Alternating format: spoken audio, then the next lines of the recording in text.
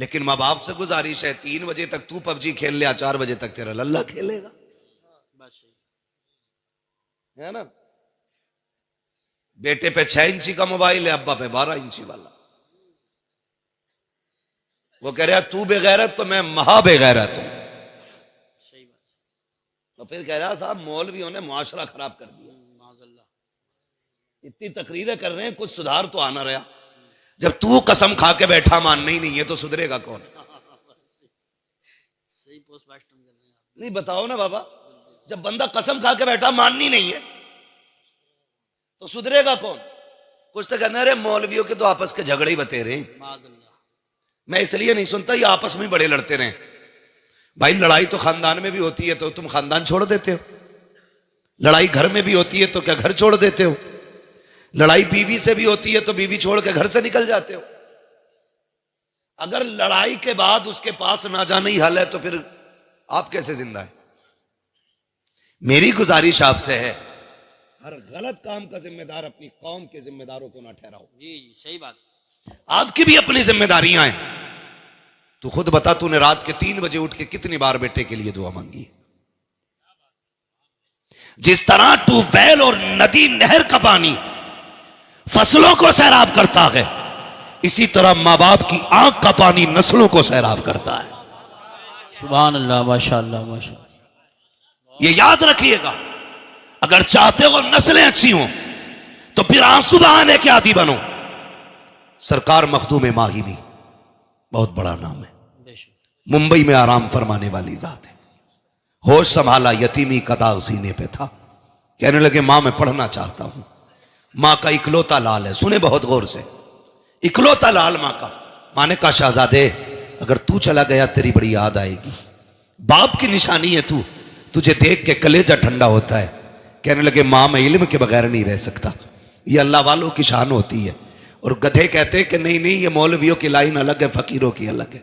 फकीरों की नहीं, टीचरों की अलग है। सही नाम दिया। विलायत की पहली सीढ़ी को इल्म कहा जाता है। अगर इल्म नहीं तो वली नहीं, सीधी सी बात है। वली नहीं, इल्म नहीं तो जोर से। नौजवानों चक्कर में ना पड़ना तावीज के, नतीजा इंशाल्लाह अच्छा निकलेगा। अगर इल्म नहीं तो आप बोलेंगे तो आगे चलूंगा, मुझे लगना चाहिए समझ रहे हैं आप। इल्म नहीं तो वली नहीं है। मखदूम मागिमी कहते अम्मी मुझे पढ़ना है। मां कहती ना जाना, तेरे बगैर जी नहीं लगेगा। जब जिद की ना आपने, इधर आप रोए उधर मां रोने लग गई। कहने लगी बेटे 1-2 घंटे के लिए गायब हो जाता है ना, मां बेकरार हो जाती है। और तू जा रहा है। आज की तरह मदरसे तो दरवाजों पे नहीं थे ना, चौखट में मदरसे नहीं थे।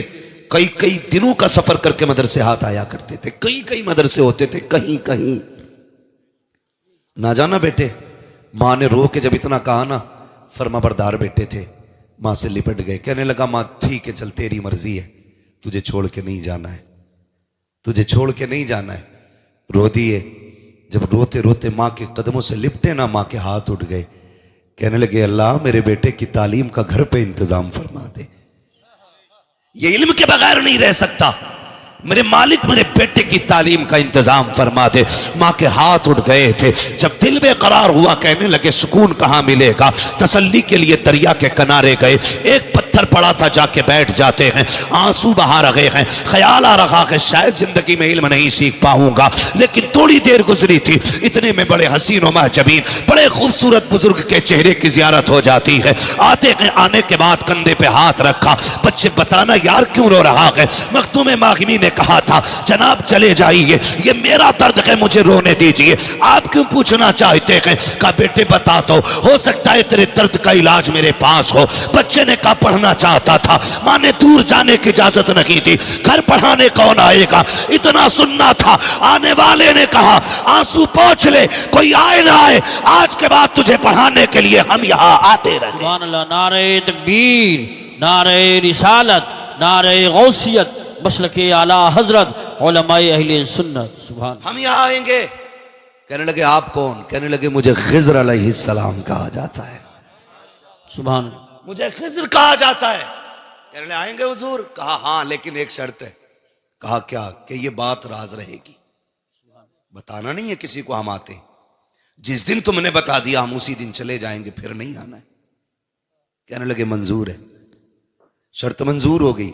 रोज अपने वक्त पे आते, पढ़ के चले जाते। कई दिन हो गए, एक दिन माँ ने हाथ पकड़ लिया, बेटे कहाँ चला जाता है? बहुत ढूंढती हूं, मिलता नहीं है। इतना सुना बिजलियां गिर गई। अगर झूठ बोलते हैं तो सामने माँ खड़ी है, सच कहते हैं तो खिज़र अलैहिस्सलाम का दामन छूटता है। बड़े सशोपंज में रहे। माँ ने कहा बोलना बेटे, बोलता क्यों नहीं, कहाँ जाता है?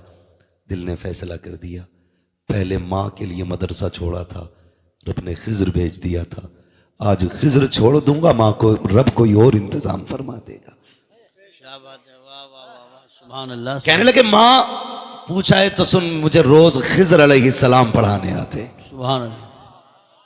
माँ तो माँ थी ना, रोज खिज़र आते हैं। माँ ने बेटे को सीने से लगाया, मुबारक हो शहजादे तुझे खिज़र पढ़ाने आते हैं, बेटे रोज पाबंदी से जाना। इतना सुना चीख निकल गई। कहने लगे माँ अब किधर जाना है? खिज़र से वादा हुआ था किसी से बताना नहीं है, आज मैंने राज खोल दिया है। ए माँ अब खिज़र पढ़ाने नहीं आएंगे। इतना सुना माँ ने सीने से लिपटाया, आंचल उठा के दुआ की, ए मेरे परवरदिगार तू तो मुसब्बिबुल असबाब है। मेरे बेटे ने अपनी मेरी मर्जी के लिए, मेरी खुशी के लिए तेरा खिज़र छोड़ दिया है। ए मेरे रब तेरे खजानों में कोई कमी नहीं है। ये कह के माँ ने दुआएं दे दी। जब दिल बेकरार हुआ हजरत मखदूम मागिमी का, कहने लगे चलो उस जमीन पे चलते हैं जहाँ मखदूम मागिमी कहते हैं, जहाँ खिज़र पढ़ाने आते हैं, उस जगह पे जाके बैठे। जाते क्या कहते हैं? आप खुद फरमाते हैं हमेशा ये दस्तूर रहा, पहले मैं जाता था बाद में खिज़र आते थे, लेकिन आज जब गया हूं मैं बाद में पहुंचा था, खिज़र पहले आ गए। नारे तकबीर, नारे रिसालत, नारे गौसियत, मसलके आला हजरत मुफ्ती हम्माद रजा साहिब क़िबला। सुभान अल्लाह। कहते हैं खिज़र पहले आ गए।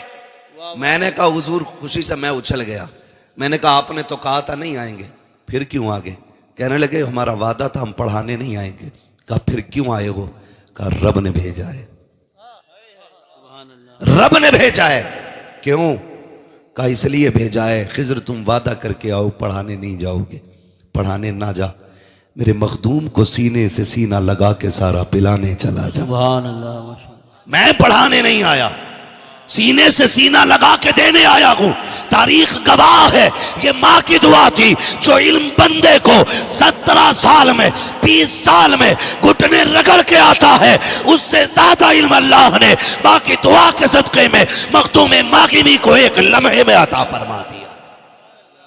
वाह वाह वाह वाह, सुभान अल्लाह। जिम्मेदारी बनती है क्या कहने हैं, कि वो अपनी औलाद के लिए हाथ उठाया करे, औलाद के लिए हाथ उठाया करे। बहुत अच्छा पैगाम। रातों को जागा करो, गेम के लिए नहीं, मुसल्ले के लिए, तहज्जुद के लिए। हाँ खुदा की कसम, माँ बाप की दुआएं बच्चों को जमीन से आसमान तक पहुंचा देती हैं। हक है, हक। दावे के साथ कह रहा हूं, पहुंचा देती हैं। सब जानते हैं बाबा फरीद गंज शकर रहमतुल्लाहि तआला अलैह, इतने पाए के बुजुर्ग, इतने पाए के बुजुर्ग, रब ने वो कमाल चेहरे में बख्शा जो देखता था कलमा पढ़ के मुसलमान हो जाता था। ये किसका मामला है? बाबा फरीद गंज शकर का मामला। देखता, दावा हो गया एक दिन कोर्ट में कि ये कैद किया जाए इन्हें। कहा क्यों?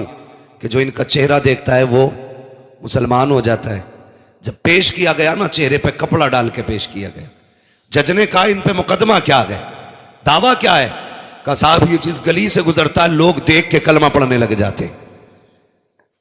जज ने कहा अच्छा ऐसा भी हो सकता है?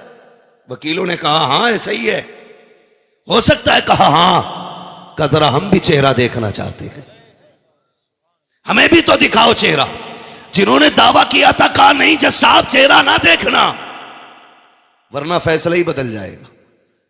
जज ने कहा हम भी तो देखें। इस चेहरे को ये कमाल है कि नहीं? का फरीद जरा कपड़ा तो हटाओ। जैसे कि बाबा फरीद के चेहरे से कपड़ा उठा है, जज की जबान से बेसाख्ता निकल जाता है, ला इलाहा इल्लल्लाह मुहम्मदुर रसूलुल्लाह। दौड़े दौड़े घर आए, मुस्कुरा के कहते हैं माँ कमाल हो गया, तेरे बेटे पे ये मुकदमा हुआ है, जो इसे देखता है कलमा पढ़ के मुसलमान हो जाता है। माँ ने कहा फरीद तो क्या कमाल है? ये तेरा नहीं, ये मेरा कमाल है। कहा ये तेरा कैसे? कहा बेटे जब दुनिया सो जाती है मैं सजदे में सर रखती हूँ और कहती हूँ अल्लाह मेरे बेटे को ऐसा बना दे जो इसे देखे वो देखते ही मुसलमान हो जाया करे। सुभान अल्लाह, क्या बात है। जिम्मेदारी है वो औलाद के लिए दुआ करें, खाली उस्ताद का काम नहीं है, आपकी भी जिम्मेदारी है, आपके भी अपने काम है।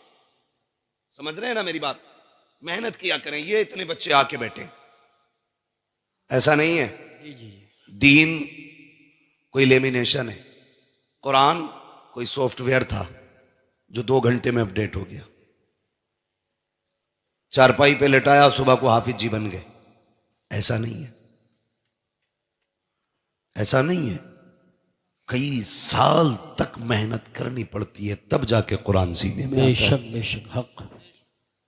और सिर्फ इसमें इन्हीं की मेहनत नहीं है, इन्हीं की कुर्बानियां नहीं है, बाप की बहुत बड़ी कुर्बानी। हक है, हक है। ये तलबा भी मेरी बात अब गौर से सुने, बाप की बहुत बड़ी इसमें मेहनत शामिल है। हजरत जी, बाप का बेटे से रिश्ता इतना गहरा होता है, कितना भी थक के शाम को 10 रुपए के अंगूर लेके घर में आए, वो बच्चे दौड़ के कदमों से लिपट जाए ना, सारी थकन उतर जाया करती है। बेशक बेशक। अगर बेटा ये कहते ना अब्बा मुझे नए कपड़े पहनने हैं, वो बाप शाम को लेके आए, बेटा सो चुका हो, वो बीवी से कहता मेरा अब्दुर्रहमान किधर है? कहा सो रहा है। कहा उठाओ ना। कहा सुबह देख लेंगे। कहा नहीं अभी उठाइए, हम इनकी पसंद की चीज लाए हैं। बच्चा आंखें मलता हुआ उठता है और नए कपड़े देख के जो उसके चेहरे पे मुस्कुराहट होती है ना, अब्बा उस मुस्कुराहट पे 1000 बार कुर्बान हो जाता है, 1000 बार कुर्बान हो जाता है बाप बेटे की एक मुस्कुराहट के लिए। और मां जो 3 बार उठ के बेटे को चेक करती है रात में, बार बार उठ के बेटे को देखने जाती है। सर्दी के मौसम में माएं कितनी बार कंबल और चादर दुरुस्त करती हैं कि मेरा बेटा सो रहा है, कहीं हाथ तो नहीं खुला है उसका, कहीं पैर तो नहीं खुला है। लेकिन ये इतनी मोहब्बत करने वाले लोग, खुदा की कसम, बाप का प्यार, मां का प्यार अपनी जगह, बहन का प्यार भी बड़ा अनोखा होता है। माशाल्लाह, कैमरी मुंडिया से हमारे चचा आए हैं तकरीर सुनने के लिए।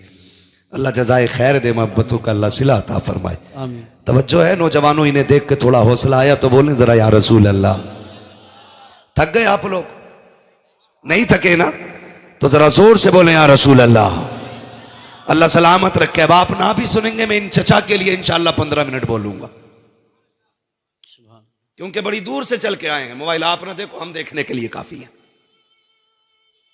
तो मैं क्या बात अर्ज कर रहा था? बहन निराला प्यार होता है, अनोखा प्यार होता है। लड़ती है ना हमसे, कितने झगड़े होते हैं बहनों के भाइयों से। कभी झाड़ू लगाने के ऊपर झगड़ा, कभी बिस्तर समेटने को लेके झगड़ा। बहन ने पोछा लगाया, भाई जूते पहन के आ गया, धक्का दिया, पीछे हट, दिखता नहीं सफाई की है। उसने चादर लगाई, तुम आए कूद के बैठ गए। उसने कहा शर्म नहीं आती, मैंने मेहनत से बिस्तर से बनाया था, इंसानियत की तरीके से नहीं बैठ सकता। फिर झगड़ा। कभी बहन चूल्हे पर रोटी बनाने बैठी हो, भाई पहली रोटी लेके भाग जाता है, फिर झगड़ा। वो कहती बनने तो दे। ये इतनी मोहब्बत है, इतना प्यार। लेकिन जिस दिन ख्याल कुरान का आया है, जब बेटा कुरान पढ़ने के लिए जाता है, कोई बड़ी उम्र नहीं होती है, मुश्किल से 7 या 8 साल या 10 साल, जिस उम्र में बच्चे को माँ बाप का प्यार चाहिए, बहन की शफकतें चाहिए, भाइयों की मोहब्बतें चाहिए, बाप की नजर करम चाहिए, उस उम्र में जब ये बच्चे घर से निकलते हैं, कभी नजरें जमा के देखना यार, माँ की आंखें बरसती होती हैं, बहन भी रोती होती है, कभी दुपट्टे से काजल सवारती है, कभी सुरमे को सवारती है, कभी सीने से लगाती है, कभी प्यार से बलाएं लेती है। जब भाई रुखसत होता है, बार बार अपनी तरफ मोड़ के मत्था माथा चूम रखी है। माँ को देखो तो सही कितने आंखों में आंसू भरे हैं, लेकिन सब कुछ गवारा है। तलबा और लोग ये कह देते हैं माँ ज्यादा प्यार करती है, इसलिए कि जब मैं घर से चला था मेरी माँ रो रही थी, लेकिन बाप की आंख में आंसू नहीं था। खबरदार कभी आंख को देख के फैसला न करना, तुम नहीं जानते हो बाप घर का मजबूत पिलर होता है।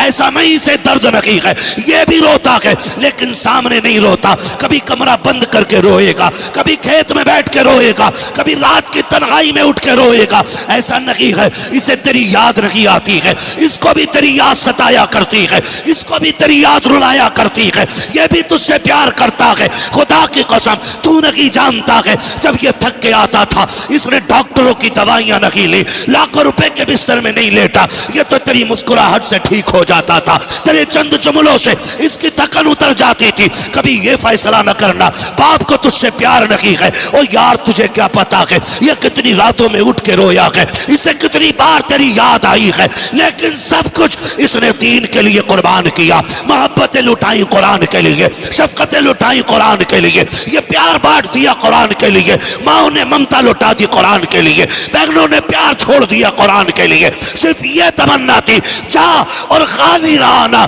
जब पलट के आए तो कुरान की दौलत सीने में लेके आना।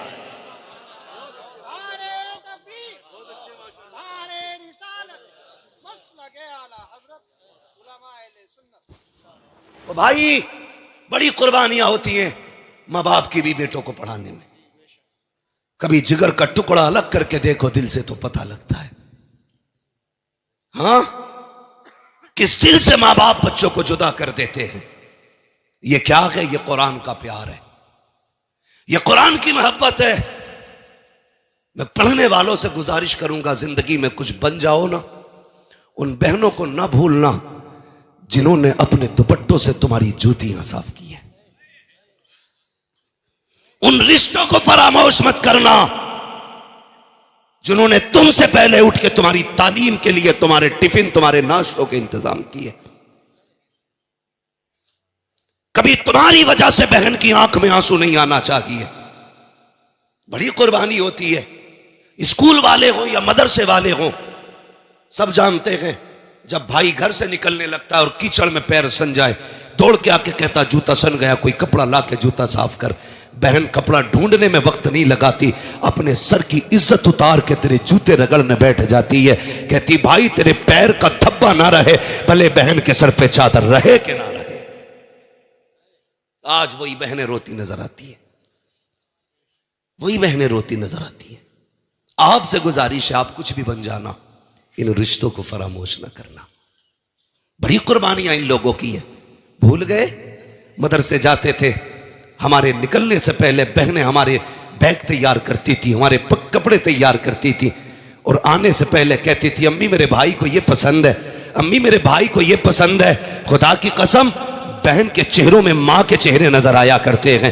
कभी इनकी कुर्बानियों को तो याद करो। आज शादी करके नजरअंदाज करने वालों, तुम्हें खुदा का वास्ता बहनों के लिए दरवाजे बंद ना किया करो, इनके लिए दरवाजे खोल दिया करो और कह दो बहन दिल तोड़ा करने की जरूरत नहीं है, अगर बाप है या ना है फिक्र ना कर, जब भी तेरा जी चाहे, जब भी तेरी तबीयत में हो तू कदम उठाना, चली आना। बाप हो ना हो, इस चौखट पे तुझे बाप का चेहरा जरूर नजर आ जाए। वो अंधेरा की भला था कि कदम राह पे थे, रोशनी लाई है मंजिल से बहुत दूर हमें। सिंगल फैमिली, सेफ फैमिली, ये जो प्लानिंग तुमने चलाई है ना, इसने कौम का बेड़ा गर्क करके रख दिया, बेड़ा गर्क करके रख दिया।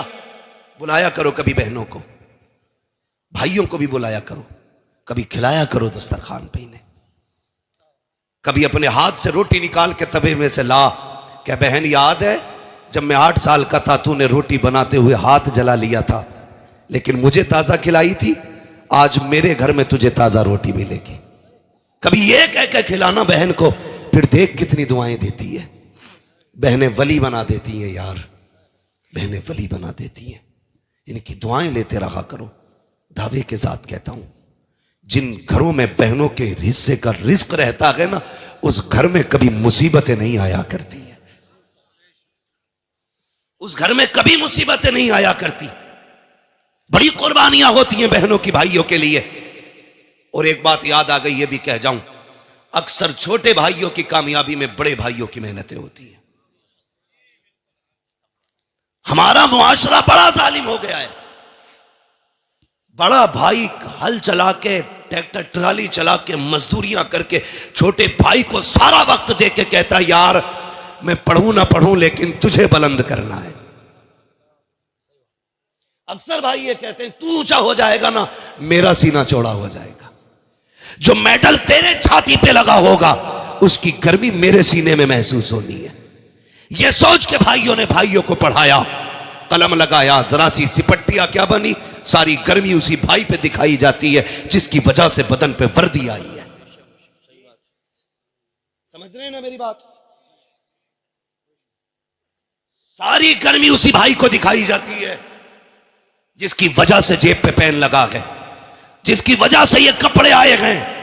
खुदा के वास्ते अगर आप कुछ बन जाओ तो अपने एहसान करने वालों का एहसान ना भूलना, मत भूलना कभी भी।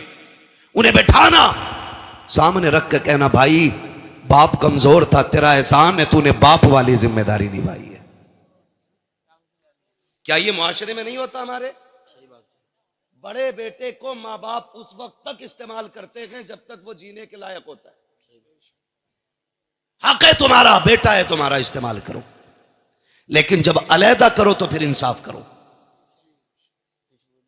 जब उसके बच्चे जवान हो गए, कमाई के जराए बंद हो गए, अब कहते हैं तू अलग हो जा। अब जो उसने जिंदगी भर कमाया वो तो तुम्हें खिलाता रहा, अब बच्चों की शादी के लिए भीख मांगेगा वो? बताओ। चोरी करे, ब्याज पे पैसा ले, आपकी जिम्मेदारी बनती है जिस बेटे की कमाई तुमने 12 साल खाई है उसके बच्चों को बच्चों की तरह पाला है, आसानी से अलहदा ना करो। जिस तरह उसने पूरे परिवार को अपने परिवार की तरह पाला है, अब आपकी जिम्मेदारी बनती है उसके बच्चों की शादी मिल बांट के करो, ताकि पता चले ये अलग समाज नहीं है बल्कि ये एक ही चमन के गिरते हुए सारे फूल। वरना कयामत में हिसाब देना मुश्किल पड़ जाए। चाहे भाई हो चाहे बाप हो, अल्लाह के यहां जब तराजू लगेगी तो कुछ कम बढ़ती नहीं होना है, उस तराजू में सारा तोला जाएगा। इसलिए मेरी गुजारिश है, इंसाफ करें। आप पढ़ गए हैं, आगे बढ़ गए, बाप को इज्जत दे, मां को इज्जत दे, बहन को इज्जत दे, रिश्तेदारों को इज्जत दे। तो मैं अर्ज कर रहा था, ये मदरसे आते हैं, कितनी सारी कुर्बानियां रह गई, कितनी सारी कुर्बानियां। यूसुफ भाई और शुएब भाई हजरत, करीबन जितने लोग भी, यहां तक के अल्लामा मुफ्ती इस्माइल साहब क़िबला दामज़िल्लहुल अली भी, मैं सभी को शामिल करके ये बात कहता हूं कि मदरसों की जिंदगी हम सब जानते हैं। कई बार ऐसा होता है नमक कम भी होता है, कई बार ज्यादा भी होता है, कई बार चावल कच्चे भी होते, कई बार पक्के भी होते। ऐसा होता है कि नहीं? कई बार पक्के भी चावल होते, लेकिन माँ बाप जानते हैं ये वहां जा रहा है जहां कोई मेरे बेटे से जायका भी नहीं पूछेगा। ये अच्छी तरह जानते हैं माँ बाप कि यहां जरा सा जायका खराब हो जाए, बेटा कहता अम्मी नहीं खाना है, मां दोबारा 10 मिनट में जाके बना के कहती बेटे ये खा ले। बेटे के कहने पे 10 मिनट पे खाना तब्दील कर दिया जाता है। ओ भाई, ये मदरसे जा रहे हैं जहां शायद खत्म हो जाए तो किसी से दोबारा ना मांग सके, दोबारा किसी से ये ना कह पाए मुझे और चाहिए। ये उस जमीन पे जा रहे हैं जहां पे नमक कम हो या ज्यादा कोई पूछने वाला नहीं होगा। माँ बाप सारी चीजों को सोचते हुए दिल पे पत्थर रखते हैं।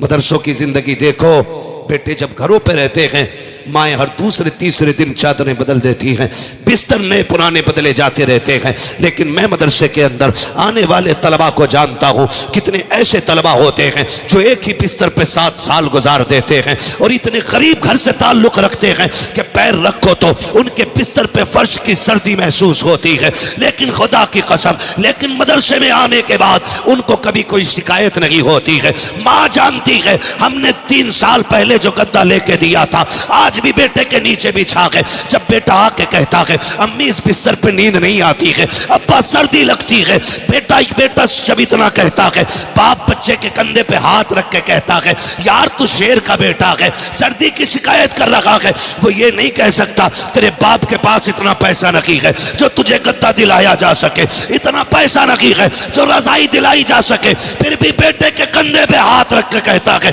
तू तो शेर का पट्टा है, तू तो बहादुर बेटा है। उसी बिस्तर पे 7 साल बेटा गुजार लेता है, लेकिन तारीख गवाह है आज तक कोई बच्चा उस सर्दी की वजह से नहीं मरा है जो बिस्तर पे लगी हो। आज तक हर तालिब इल्म की हिफाजत रहती है। अगर यही बच्चा घर पे रहते हुए जरा सा फर्श पे पैर रख दे तो पसली चलती है। कुर्बान जाओ मदरसों पर, वजह सिर्फ इतनी है जब तक बच्चे घर रहते हैं माँ बाप देखभाल करते हैं, जब मदरसे आते हैं रसूल पाक देखभाल किया। सुभान अल्लाह, माशाअल्लाह माशाअल्लाह। बहुत इसलिए अपने बच्चों को कुरान के हवाले करो, बहुत अच्छा पैगाम।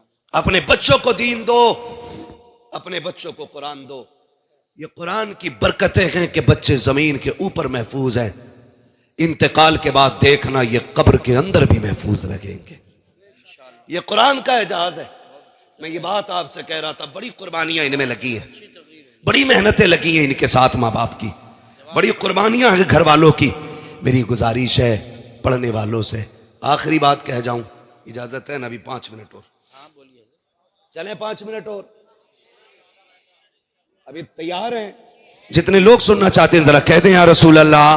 या रसूल। सलामत रहो, जियो, अल्लाह आपको बरकत अता करे। भाई ये कुर्बानियां अल्लाह जाये नहीं फरमाएगा, बेशक। अब मैं इन हाफिजों से बात करता हूं सिर्फ। मेरे भाई आपको ना ये जो कुरान दिया गया है इसे बहुत संभाल के रखना है, बहुत संभाल के रखना है। किस दिन के लिए?